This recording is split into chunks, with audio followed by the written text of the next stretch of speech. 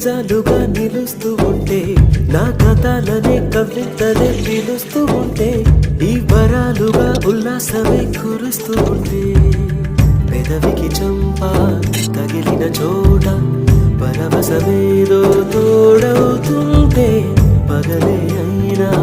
గగనంలోన తారలు చేరెను